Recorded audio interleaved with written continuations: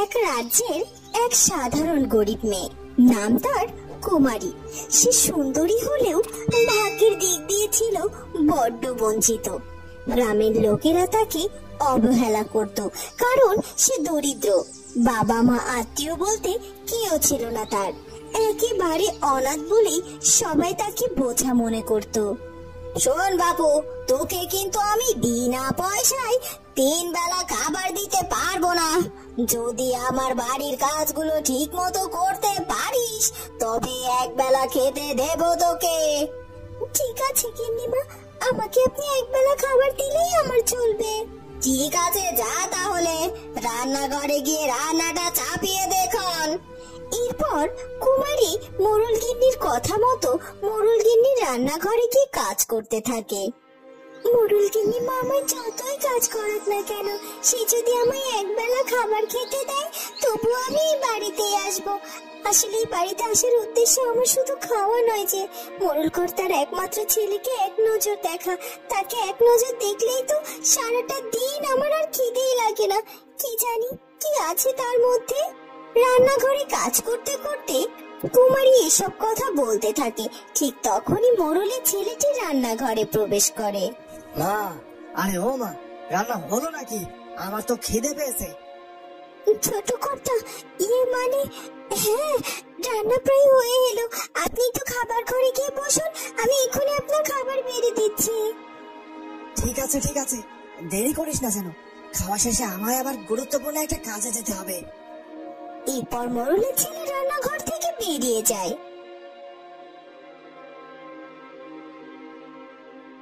ইস, একটা নজর তাকে দেখবো বলে সারাটা দিন মোড়ল বাড়িতে কাজ করি। মোড়ল গিন্নি কত কষ্ট দেয়, না খেতে দিয়ে আমাকে সারা দিন কাজ করিয়ে নেয়। কোনোদিন তো একেবারেও খেতে দেয় না।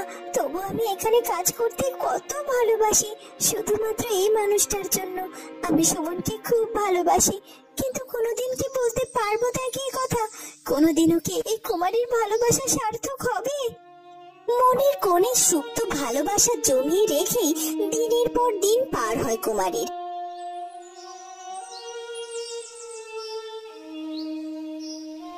সারা দিন শেষে তার মাথা গুঁজে ঠাই জুটে মোড়ল বাড়ির বারান্দার এক কোণে।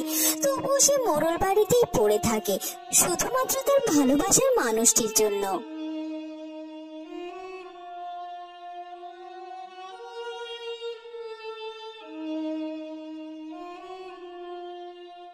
আরে এই কুমারী, আজকে কিন্তু অনেক রকম রান্না বান্না করতে হবে। একা একা সব করতে পারবি তো নাকি? দেখিস বাপু, পরে আবার হিমশিমকে কুটুমের সামনে আমাদেরকে অপমানিত করিস নে। বাড়িতে আজ নতুন অতিথি আসছে। আপনি কোনো চিন্তা করবেন না গিন্নিমা, আমি সবটা সুন্দর মতো সামলে নেব। আপনার আত্মীয় স্বজন আসার আগে আমি সব পদের রান্না সেরে ফেলবো। ঠিক আছে ঠিকঠাক মতো সবটা করলেই হলো। হ্যাঁ গিন্নিমা, কিন্তু আজকে কারা আসবে বাড়িতে বলুন না? তোরা তো সব শুনে কি কাজ শুনি, তবুও যখন শুনতে চাইছিস শোন। আজকে সুমনের হবু শ্বশুর বাড়ি থেকে কুটুম আসবে। কদিন বাদে আমাদের সুমনের বিয়ে ঠিক করেছি। কি সুন্দর যে তার বউ হচ্ছে সুমনের, সে কি তোকে বলবো। হবু বৌমা আসছে বাড়িতে, এলেই দেখতে পারবি। আচ্ছা, এবার গিয়ে কাজে লেগে পড় তো দেখি। ও মা, তাই? ছোট কর্তার বিয়ে ঠিক হয়েছে বুঝি? এ তো বেশ খুশির খবর। আর ছোট কর্তার বউ সুন্দরী হবে না কেন? ছোট কর্তা তো নিজেই কত সুন্দর দেখতে, তার বউকে তো সুন্দর হতেই হবে। ও মা, তোর চোখ দিয়ে আবার জল গড়িয়ে পড়ছে কেন রে? কি হলো কি তোর আবার? না গিন্নিমা, ওটা কিছু না। হঠাৎ করে চোখটা একটু জ্বালা করে উঠলো, বোধহয় কোনো পোকা টোকা পড়েছে। যাকে, আমার এখন এসব ভাবলে চলবে না। আর তাড়াতাড়ি গিয়ে কাজে লেগে পড়ি, অনেক লোক আসছে বাড়িতে, রান্না তো করতে হবে। এ কথা বলে কুমারী রান্নাঘরে চলে যায়।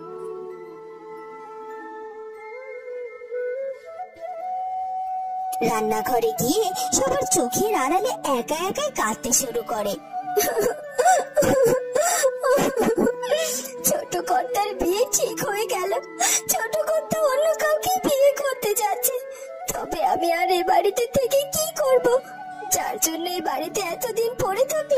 সেই তো জন্য কারো হতে যাচ্ছে। আজকের কাজটা শেষ করে আমি এবারে ছেড়ে চলে যাব। যেই কথা সেই কাজ। এরপর রান্না বান্না শেষ করে হাতের কাজ গুছিয়ে রেখে কুমারী মোড়ল বাড়ি থেকে বেরিয়ে পড়ে।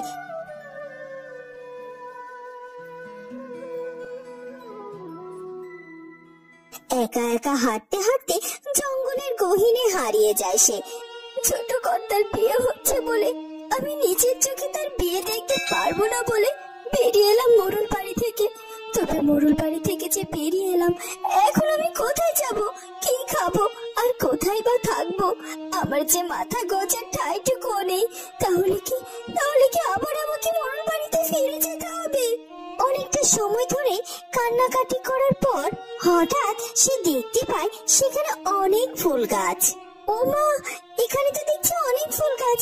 এতক্ষণ ধরে এই ফুলগুলো তো আমি খেয়ালই করিনি। অন্য মনস্ক হয়ে অন্য চিন্তায় ডুবে থাকলে খেয়াল করবো কি করে যে আশেপাশে কি আছে? আচ্ছা, আমাদের বাজারে তো ফুল বিক্রি হয়, মালিরা তো ফুল নিয়ে বিক্রি করে, আর সেই ফুলগুলো দিয়ে বড় মালা, বর খাট আর বরের গাড়ি পর্যন্ত সাজানো হয়। আর মেয়েরাও তো শখ করে ফুল কেনে। তাহলে আমি যদি এখান থেকে এই ফুল নিয়ে গিয়ে বাজারে বিক্রি করি, তবে আমার ফুল নিশ্চয় লোকে পয়সা দিয়ে কিনে নেবে। হ্যাঁ হ্যাঁ, পেয়েছি। আমি আমার জীবন বাঁচানোর একটা উপায় পেয়েছি। এখন থেকে আমি এখান থেকে ফুল নিয়ে গিয়ে বাজারে বিক্রি করব। সেই পয়সা দিয়ে আমার পেট চলবে।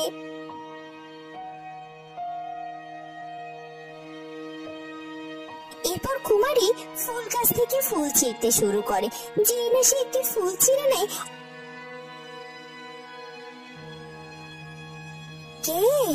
কে তুই আমার গাছ থেকে আমার অনুমতি ছাড়া ফুল ছিঁড়ছিস কেন? কে তুমি? তুমি তো একটা গাছ, আর এরকম একটা মানুষ হলে কি করে? আমি মানুষ নই, আমি হলাম এই ফুলের রাজ্যের পরী। এই গহীন জঙ্গলে তো কেউ আসে না, আর এলেও আমার বাগান থেকে ফুল ছেঁড়ার সাহস তো তার হয় না। আর তুই এসেই কিনা আমার কাছ থেকে অনুমতি নেওয়া ছাড়াই ফুল ছিঁড়েছিস। এর শাস্তি তোকে পেতেই হবে। তোকে আমি একটি ফুলের মধ্যে বন্দি করে দেব। সারা জীবনের মতো তুই ফুল হয়ে বেঁচে থাকবি, ফুল হয়ে। এ কথা বলে ফুলপরি কুমারীকে জাদু করে, আর তাকে জাদু করে একটি ফুলে রূপান্তরিত করে ফেলে।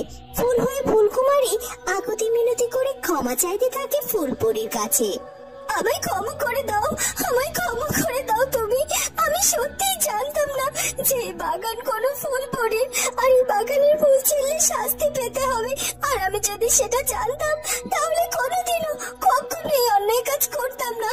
দয়া করে আমাকে ক্ষমা করে দাও, ক্ষমা করে দাও আমাকে ফুলপরি। তুই লোভ করেছিস, তোর কোনো ক্ষমা নেই, কোনো ক্ষমা নেই। আমি লোভ করিনি, সত্যি বলছি। আমার জীবনটা যে বড় দুঃখের। আমার জীবন চালানোর জন্য শুধু আমি একটা বেঁচে থাকার উপায় খুঁজছিলাম আর কি। আর এটা যদি আমার অপরাধ হয়ে থাকে তাহলে আমি অপরাধী। এরপর কুমারী কাঁদতে কাঁদতে তার জীবনের সব দুঃখের ঘটনা ফুলপরির কাছে খুলে বলে। সব শুনে ফুলপরির মনও একটু শান্ত হয়। সে কুমারীকে তখন বলে, আহারে, তোর জীবনের ঘটনাগুলো শুনে সত্যি আমার বড্ড খারাপ লাগছে। সত্যি তো তুই কোনো অন্যায় করিসনি, কিন্তু ফুলপরি যদি কাউকে একবার শাস্তি দিয়ে দেয়, সেই শাস্তি যে তুলে নেওয়ার ক্ষমতা ফুলপরির নিজেরও নেই।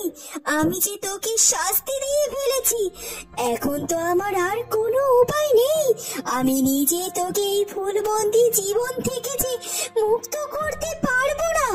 যদি কোনো সত্যিকারের কেউ তোকে ভালোবাসে এবং তোর মায়ায় পড়ে, তবেই তুই মুক্তি পাবি তোর এই জীবন থেকে।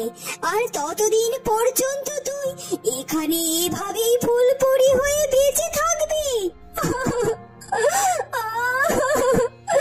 গহীন জঙ্গলে আমাকে কে খুঁজবে ফুলপরি?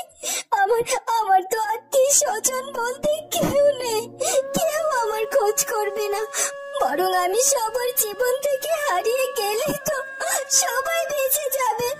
তুমি আমায় একটা উপায় দাও অন্তত, যেন যেন আমি আমার চেষ্টায় আমার জীবনকে রক্ষা করতে পারি। ঠিক আছে, আমি তোকে পরিপূর্ণ মুক্ত করতে না পারলেও কিছুটা তো পারি, আর আমি সেটাই করব। তুমি যত সুন্দর তত ভাগ্যহারা তোমার জীবন। তুমি আজ থেকে ফুল হয়ে যাবে, তবে সূর্য ওঠার সাথে সাথে তোমার শরীর ফুলে তুমি আজ থেকে ভুল হয়েই থাকবে, তবে সূর্য ওঠার সাথে সাথে তোমার শরীর আবার ফুলে পরিণত হবে। আর যখনই সূর্য ডুবে গিয়ে রাত নামবে, তখন তুমি আবার মানুষ হবে। সূর্য ডোবার পর থেকে সূর্য উদয় হওয়ার আগ পর্যন্ত তোমার সময়।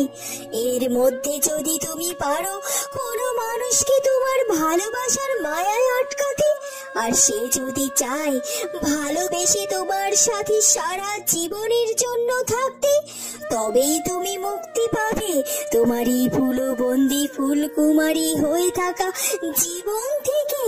কেউ যদি সত্যিকারের ভালোবাসা দিয়ে এই ফুলকে রক্ষা করে এবং হৃদয়ে স্বীকৃতি দেয়, তবেই অভিশাপ ভাঙবে তোমার জীবনের। এ কথা বলে ফুলপরি অদৃশ্য হয়ে যায়। ফুলকুমারী ফুল হয়ে গাছের ডালে দুলতে থাকে, আর তারপর যখন দিনের আলো কেটে যায়, রাতের আধার নামে, তারপর সে আবারও মানুষ রূপ ধারণ করে। আমি এখন কি করি? কে আমায় ভালোবেসে আমার এই অভিশপ্ত জীবন থেকে মুক্ত করবে? সুমন। আমি তো সুমনকে ভালোবাসি। সুমনকে একবারও বোঝেনি আমার মনের ভেতরে লুকিয়ে থাকা ভালোবাসার কথা। নিশ্চয় বুঝেছে কিছু না কিছু। আমি সুমনের কাছে যাব আর আমার ভালোবাসার কথা ওকে খুলে বলবো। সবকিছু শোনার পর নিশ্চয় আমার অভিশপ্ত জীবন থেকে আমাকে মুক্ত করবে। এরপর কুমারী জঙ্গল থেকে তাড়াতাড়ি করে চলে যায় মোড়ল বাড়িতে। মোড়ল বাড়ির অন্দরমহলে মোড়ল গিন্নি আর সুমন উপস্থিত ছিল, আর সবাই কুমারীকে দেখে অনেক বেশি রেগে যায়। কিরে কুমারী, রান্না বান্না সেরে তুই কোথায় হাওয়া হয়ে গিয়েছিলিস বলতো? আত্মীয় স্বজন এসেছিল, তাদের আপ্যায়ন করতে আমাকে কত কষ্ট করতে হয়েছে। তুই না বলে এভাবে কোথায় চলে গিয়েছিলিস? কুমারী কারো কোনো কথার জবাব না দিয়ে সোজাসুজি সুমনের সামনে গিয়ে দাঁড়ায়, আর সুমনকে গিয়ে তার ভালোবাসার কথা জানিয়ে দেয়। কুমারীর কথা শুনে সুমন যেন আকাশ থেকে পড়ে এবং উপহাসের মতো হেসে সে কুমারীকে জানায়, কি ভাবছিস? তোর মতো ছোট লোক ঘরের মেয়ে ভাবলো কি করে যে তুই আমায় ভালোবাসলে তোর ভালোবাসার ডাকে আমি সাড়া দেব? আর যত সব আজগুবি গল্প বানানোর জায়গা পাসনি, তাই না? কি সব ভুলভাল কথা বলছিস? তুই ফুলবন্দি হয়ে আছিস, ফুলকুমারী হয়েছিস, হ্যান ত্যান আরো কত কি। এসব নাটক অন্য কোথাও গিয়ে কর। আর হ্যাঁ, আজকে এই মুহূর্তে বাড়ি থেকে তুই বেরিয়ে যা, আর যেন এই বাড়ির চৌকাঠে তোর পা না পড়ে। ফুলকুমারী ভীষণ কষ্ট পায় তার ভালোবাসার মানুষের মুখ থেকে এই কথা শুনে। তারপর সে কাঁদতে কাঁদতে মোড়ল বাড়ি থেকে বেরিয়ে পড়ে। ফুলপরি তো আমায় অভিশাপ দেয়নি, বরং তিনি আমায় এই অভিশপ্ত জীবন থেকে মুক্তি দিয়েছে। এরকম জীবন নিয়ে বেঁচে থাকার থেকে ফুল হয়ে ফুলবন্দি হয়ে ফুলকুমারী হয়ে সারা জীবন হাওয়ায় দোল খেয়ে বেঁচে থাকাটাই অনেক ভালো। আমি আর চেষ্টা করব না ফুল থেকে মানুষ হওয়ার। এরপর কুমারী আবারও হারিয়ে যায় জঙ্গলের গহীনে। তারপর সে সারা জীবন ফুলকুমারী হয়ে বেঁচে থাকে। ধীরে ধীরে মেয়েটি দিনের বেলায় এক ফুল গাছে ফুল হয়ে ঝুলে থাকে। সবাই তাকে ভুলে যায়, কেবল রাতে সে ফিরে আসে মানুষের রূপে। তখন জঙ্গলের এখানে ওখানে ঘোরাঘুরি করে সময় কাটায় সে। এভাবেই জীবন পার হয় তা। কিন্তু অভাগী ফুলকুমারী তো জানতো না যে এক রাজকুমারের আগমন তার জীবনকে বদলে দিতে পারবে কোনো একদিন। বুঝতে শোনেরা, রাজপ্রাসাদের চার দেওয়ালে বন্দী হয়ে থাকার চেয়ে ভিন্ন রাজ্যে ভ্রমণ করা অনেক ভালো। এতে জ্ঞানের বিকাশ ঘটে। হ্যাঁ রাজপুত্র, আপনার সঙ্গে আমাদেরও রাজ্য ভ্রমণ করতে ভীষণ ভালো লাগে। শুনুন রাজপুত্র, এই জঙ্গলের গহীনে এক জায়গায় দারুণ সুন্দর একটা ফুলের বাগান আছে। মানুষের দ্বারা তৈরি নয় সে বাগান, আপনা আপনি তৈরি হয়েছে। লোকের মুখে শোনা যায় এটা নাকি ফুলবনির বাগান। আচ্ছা, তাই নাকি? চলো তাহলে আমরা আজ ওই ফুল বাগানটিতে ঘুরে আসি।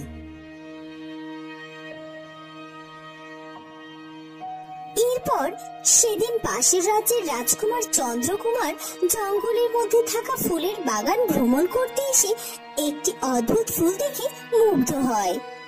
এই চমৎকার দেখতে ফুলটির নাম কি বলো তো? তোমরা কি জানো এই ফুলের নাম?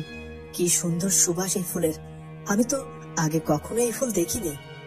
না না রাজপুত্র, আমরা এমন ফুল আগে কখনো দেখিনি গো। এই ফুলটা যখন অচেনা, তখন আমি এই ফুলটিকে আমার রাজ্যে নিয়ে যেতে চাই। আমার রাজপ্রাসাদের রাজ উদ্যানে এর ঠাঁই হোক। তোলো, এই গাছটিকে মাটি সহ উপড়ে তোলো, তারপর এটাকে আমি আমার সঙ্গে আমাদের রাজপ্রাসাদে নিয়ে যাব। ভেবেছিলাম আমি কোনো কথা বলবো না, চুপটি করে থাকবো, কিন্তু এখন যে আমি কথা বলতেই হবে এদের সাথে, নয়তো এরা যদি বাগানের গাছটা উপড়ে নিয়ে যায় তাহলে তো ফুলপরি নিশ্চয়ই রেগে যাবে, আর এই রাজপুত্রকে নিশ্চয় আমার চেয়েও বড় কোনো শাস্তি দেবে। না না, অযথা কাউকে শাস্তি পেতে দেব না আমি। থামো থামো থামো, তোমরা দয়া করে এই বাগান থেকে কোনো গাছ তুলো না, তোমরা দয়া করো। কে কে কথা বললো? আমি গো, আমি ফুলকুমারী। আমি এমন ফুলকুমারী ছিলাম না গো, আমি আগে শুধু কুমারী ছিলাম, মানুষ কুমারী। আমি এই বাগান থেকে একটি ফুল ছেড়ার অপরাধে আজ ফুলবন্দি হয়ে গেছি। আজ তোমরা যদি গাছ তুলে নাও তবে তোমরা বোঝো ফুলপরি তোমাদের কত বড় শাস্তি দিতে পারে। কি বলছো কি? তুমি মানুষ ছিলে আর ফুলপরির শাস্তিতে এমন ফুল হয়ে গেছো? তবে তোমায় মুক্তি করবার কোনো উপায় কি নেই? না না, এই সামান্য অন্যায় তোমাকে এত বড় শাস্তি ফুলপরি দিতে পারেন না। কোথায় সেই ফুলপরি? আমি ফুলপরির সাথে কথা বলবো, তোমায় মুক্ত করবার জন্য অনুরোধ করবো তাকে। ফুলপরির সাথে কথা বলে কোনো লাভ নেই।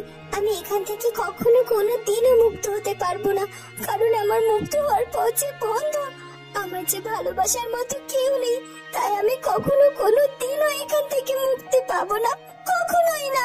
এরপর ফুলকুমারী রাজপুত্র চন্দ্রকুমারকে তার জীবনে ঘটে যাওয়া সব ঘটনা খুলে বলে। তারপর রাজপুত্র চন্দ্রকুমার রাতের আঁধারের জন্য অপেক্ষা করতে থাকে। দিনের বেলায় ফুলের সৌন্দর্যে সে আকৃষ্ট হয়, আর রাতে যখন মেয়েটি মানুষের রূপে ফিরে আসে তখন তার সৌন্দর্য দেখে চন্দ্রকুমার আরো মুগ্ধ হয়ে যায়, আর প্রথম দেখাতেই ফুলকুমারীকে সে ভালোবেসে ফেলে। তোমাকে আমি তোমার এই অভিশপ্ত জীবন থেকে মুক্তি দিতে চাই ফুলকুমারী। আমি তোমাকে এখন থেকে আমার রাজপ্রাসাদে নিয়ে যেতে চাই। আমি তোমায় ভালোবেসে আমার জীবন সঙ্গী বানাতে চাই। তাতেও যদি ফুলপরির আপত্তি থাকে তবে প্রতিদিন এই বাগানে এসে এই ফুল গাছের পাশে দাঁড়িয়ে থাকবো, তোমায় পাহারা দেব, ঝড় বৃষ্টি থেকে ফুলকুমারীকে আগলে রাখবো। তখনই ফুলপরি সেখানে এসে হাজির হয়। শেষ পর্যন্ত ফুলকুমারীকে ভালোবেসে কেউ একজন তাকে আপন করে নেওয়ার প্রস্তাব দিয়েছে, আর তাই তার সেই ভালোবাসায় আজ অভিশাপ ভেঙে দিল ফুলকুমারীর জীবনের। যাও ফুলকুমারী, তুমি তোমার ভালোবাসার মানুষের হাত ধরে সুখের জীবনের দিকে এগিয়ে যাও। তুমি আজ থেকে মুক্ত, তোমাকে আর ফুলবন্দি হয়ে থাকতে হবে না।